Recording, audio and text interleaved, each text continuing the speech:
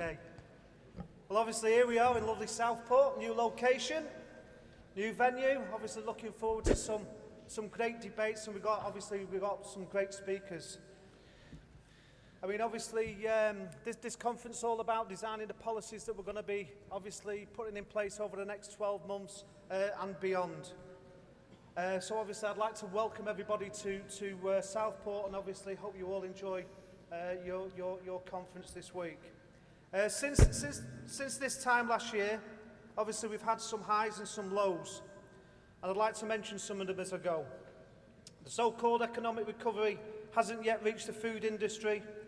We continue to see site closures, with loyal workers being thrown on the scrap heap and facing uncertainty.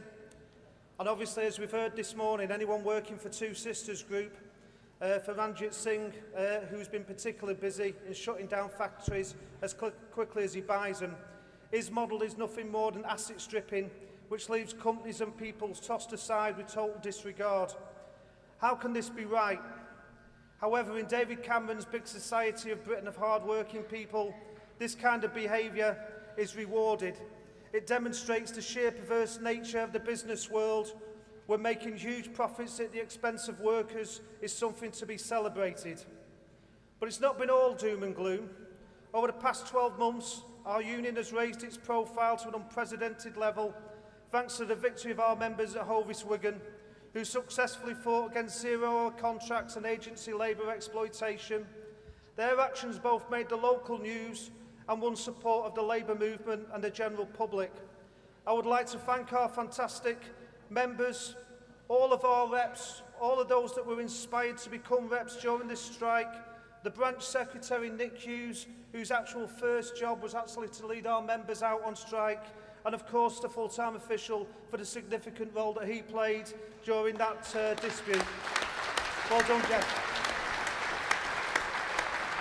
I also wish to acknowledge the fantastic support given to our members by Unite the Resistance and all of those groups that came together in support of our members, all of the different unions that came down and made sure that those people weren't starved back to work and stood and manned our picket lines, and all of those people helped secure the victory, and of course with the great support of the local MP Lisa and Andy. And obviously we've gained further coverage as a result of the fast food rights campaign, which recently received media exposure on CNN and Channel 4 News, as well as the national and local press.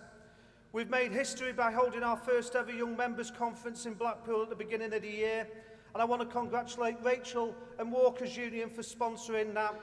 We've now developed forums which are delivering new benefits targeted at young workers, and it demonstrates how this conference, with its commitment and dedication to putting policies in place to give young people a voice in our union, is now making sure that we have a strong, robust network of young members, and that's what we need to make sure that we have a future.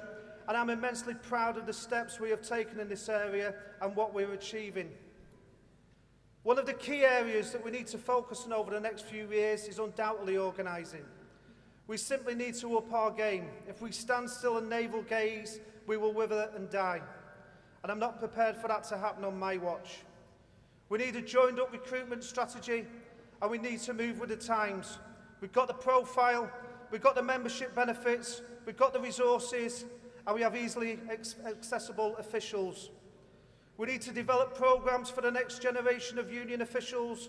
We need to develop our organising capacity, and it's absolutely vital that we maximise our potential in branches where we already have recognition agreements.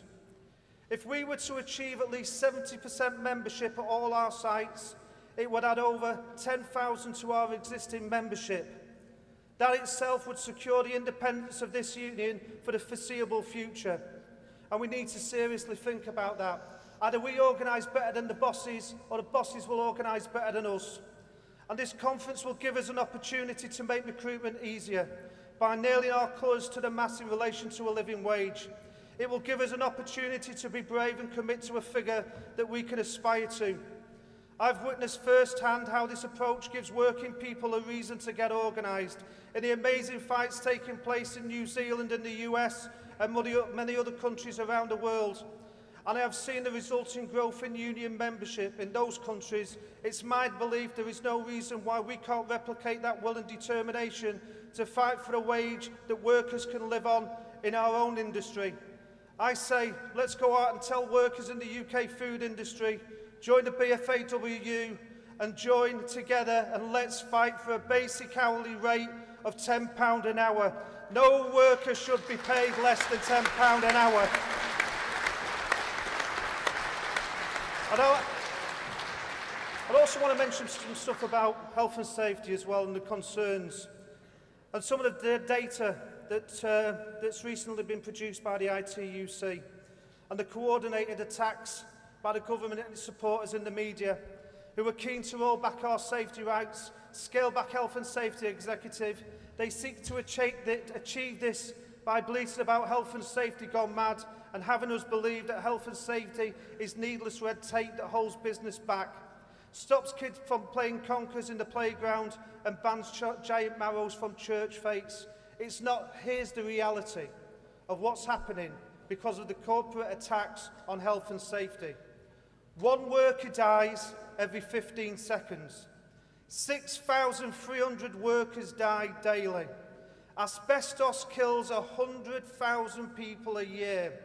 Other hazardous chemicals kill 350,000 people a year.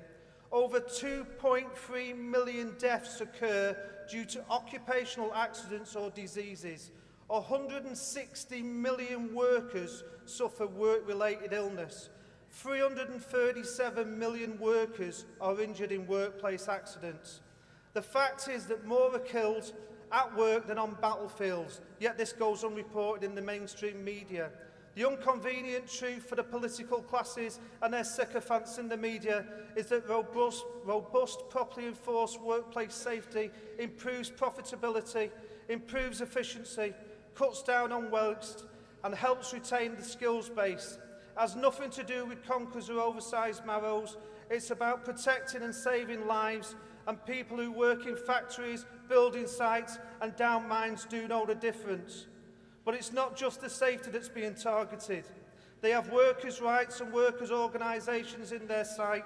From the gagging bill and threats of more anti-union legislation, recently released research shows that these moves by the policies are having a devastating effect, not just in the UK but globally. In the past year, governments of at least 35 countries have arrested or imprisoned workers as a tactic to resist demands for democratic rights, decent wages, safe working conditions and secure jobs. In at least 9 countries, workers are regularly threatened with murder, disappearance, in addition to other tactics designed to intimidate them into subservience. Workers in at least 53 countries have been dismissed or suspended for attempting to negotiate better working conditions. Laws and practices in at least 87 countries exclude certain types of workers from the right to strike.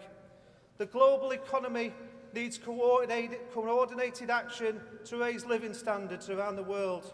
7 years after the economic crisis, there are still more than 200 million people unemployed and many more struggling on low wages. Meanwhile, governments are in the grip of the corporate power and are knowingly and willfully failing their people. Here in the UK, of course, working people and those at the bottom end of the pay scale continue to face attack on an almost daily basis with their terms and conditions and work rights under endless fire.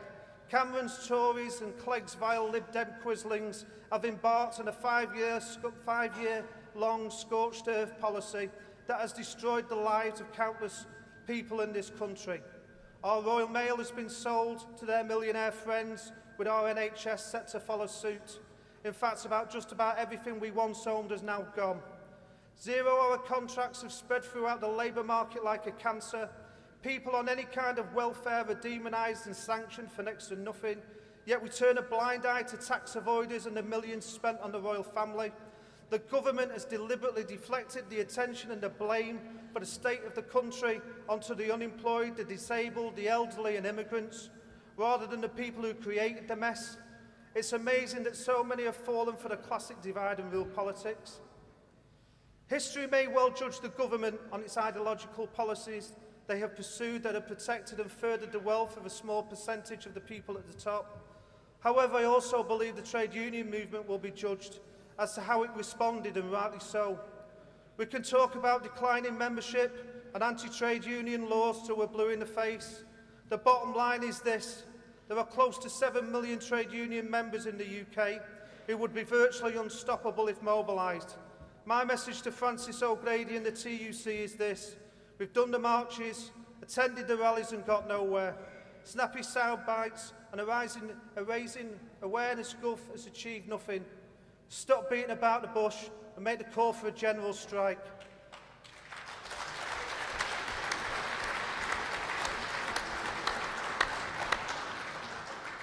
Over the last few decades, UK politics has become a pus-filled sword that needs lancing. We need to make our politicians understand that their job is to represent us, the electorate, not just their donors or those that they perceive to wield the power. The way out of this race to the bottom is by offering hope, fair play and dignity. And I also want to add this: I'm sick of working people being described by out-of-touch rhetoric spinning politicians as hard-working people nonsense. It's just another classic way of divide and rule. I'm working class, as we all are in this room, and I know we're all proud of it. And those that want to lead the working class should make sure that they stand with them. We need a labour movement that's going to come together and rebuild trust in our communities. To slay the beast, we must work on aspirations of the moral, decent people. We want to afford put good food on our tables. We want our children to go to good schools, colleges and universities. They want real paid employment and a modicum of job security, not low-paid roles and a culture of fear. They want disposable income and the ability to afford to buy their own home. They also want a society free from division, blame and hate. Every one of these is a non-political, basic, fair and achievable aim. In the past, the Labour movement has stepped up and fought, and it is vital we send a message to our political classes that the current status quo is not acceptable. And we need to make sure that our members understand that UKIP is not the answer.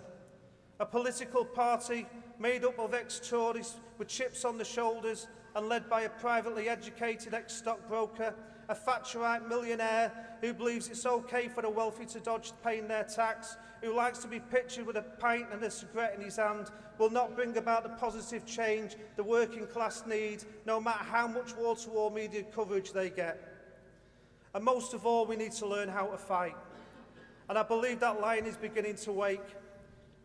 And I'm proud of our members who, over the past 12 months, who fought for jobs against redundancy and resisting pay cuts and further exploitative contracts. Proud of those members that have been to support other workers in struggle, like the Doncaster care workers in their fight against Care UK, fighting for our NHS. Let's send a message of solidarity to those on indefinite strike at the College of Lambeth, and as well as those Ritzy cinema workers taking action and taking strike action for a living wage, and the teachers continuing to campaign against ridiculous workloads and attacks on their terms and conditions. It's great to see people fighting back, and let's this week at this conference make a clear statement of our intent too. To those supermarkets that think our members are going to pay the price for their supermarket wars, we've got a message for you. Use your own profits, not our members' wages. To those employers who think they can use this as an opportunity in our industry to freeze our pay, we will strike. Reduce our terms and conditions, we will strike. Attack our safety, we will strike. Bring your second-generation contracts in, we will strike. And if you bring your slave labour workfare schemes here, we will strike. Let's make that message clear to every employer in the country. The Bakers Food and Iron Workers Unions members are going to fight back.